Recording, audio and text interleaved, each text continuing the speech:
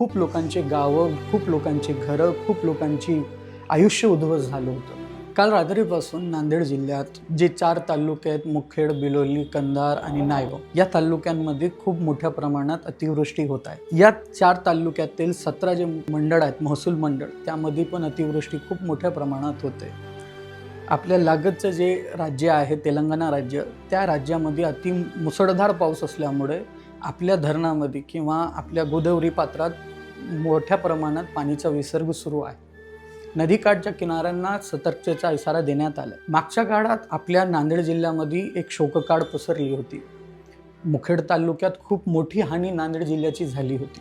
लेंडी प्रकल्पाच्या मुळं खूप लोकांचे गावं, खूप लोकांचे घरं, खूप लोकांची आयुष्य उद्ध्वस्त झालं होतं. आत्ताही तीच परिस्थिती निर्माण होती का, निर्माण होणार आहे का, हे सगळं प्रश्न आपल्यासमोर येतोय. तर नागरिकांना या व्हिडिओच्या माध्यमातून नांदेड हब आणि जिल्हा प्रशासन आवाहन करतोय की नदीकाठच्या किनाऱ्यांपासून, नदीकाठच्या गावापासून आपण दूर जावं, सतर्क राहावं. जे शासन आपल्याला पालन करण्याचे सांगते त्या गोष्टी पालन करावं, शासनाचं ऐकावं, अधिकाऱ्यांचं ऐकावं आणि शासनाच्या संपर्कात राहावं.